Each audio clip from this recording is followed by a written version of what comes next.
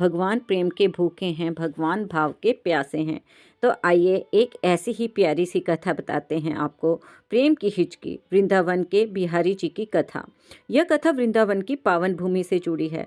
वृंदावन में एक साधारण सी स्त्री रहती थी, पर उसका हृदय असाधारण था। वह लड्डू गोपाल की अनन्य भक्त थी। उसके लिए संसार में सबसे बड़ा सत्य, सबसे बड़ा सुख उसका बाल गोपाल ही था। हर दिन ब्रह्म मुहूर्त में उठकर स्नान करती, फिर अपने लल्ला को स्नान कराती, उनके वस्त्र बदलती, चंदन का तिलक लगाती, अपने सामर्थ्य अनुसार कभी फल, कभी मिश्री तो कभी लड्डू, जो भी पास होता उसे प्रेमपूर्वक भोग लगाती। लड्डू गोपाल को भोग लगाए बिना वह स्वयं अन्न का एक कण भी ग्रहण नहीं करती।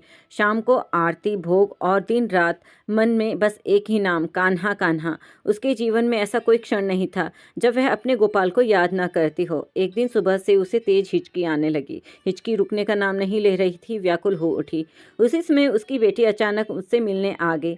बेटी के घर में प्रवेश करते ही हिचकी अपने आप बंद हो गई। बातों बातों में माँ ने कहा, सब तो लड्डू गोपाल की कृपा से ठीक है बेटी, बस आज सुबह से ना जाने क्यों इतनी हिचकी आ रही थी। बेटी मुस्कुराकर बोली, आज सुबह मैं जब आपको याद कर रही थी, तो कहते हैं जब कोई मन से आपको याद करता है तो हिचकी आती है, मेरे आने से ठीक हो गई। यह सुनते ही माँ का हृदय कांप उठा। वह व्याकुल होकर बोली, हे प्रभु, मैं तो दिन रात हर क्षण अपने लड्डू गोपाल को याद करती हूँ, तो क्या वह मेरी वजह से छोटा सा लल्ला हर्ष में हिचकी करता रहा होगा। उसकी आंखों से आंसू बहने लगे और रो रो के कहने लगी, लल्ला मुझे क्षमा करना, अनजाने में मुझसे बड़ी भूल हो गई। मेरे कारण तुम्हें कितना कष्ट सहना पड़ा होगा। बार बार भगवान से क्षमा मांगते हुए उसने एक कठोर निश्चय लिया, अब मैं लड्डू गोपाल को याद नहीं करूंगी। भक्त का यह निश्चय भगवान को विचलित कर गया।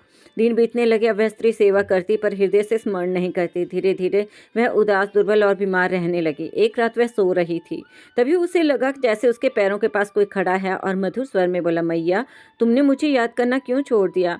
तुमने मुझे याद करना छोड़ा तो मैं ही आपके पास चला आया। तुम्हारा प्रेम मुझे खींच लाया है। जैसे पहले मुझे याद करती थी